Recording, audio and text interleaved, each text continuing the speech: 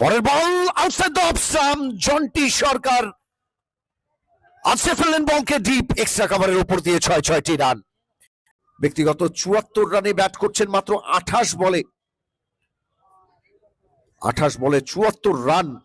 এবং পরের বল এগিয়ে ভুট্টু, আরো একবার হাঁটুর উপরে ভর দিয়ে বলটিকে আছড়ে ফেললেন ডিপ স্কোয়ার লেগের উপর দিয়ে ৬টি রান।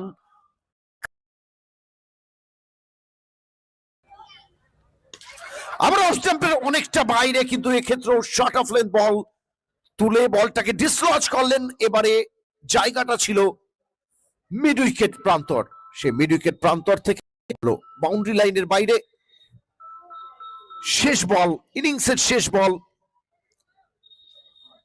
পরের বল ৬ এবং তার সাথেই ১৪৭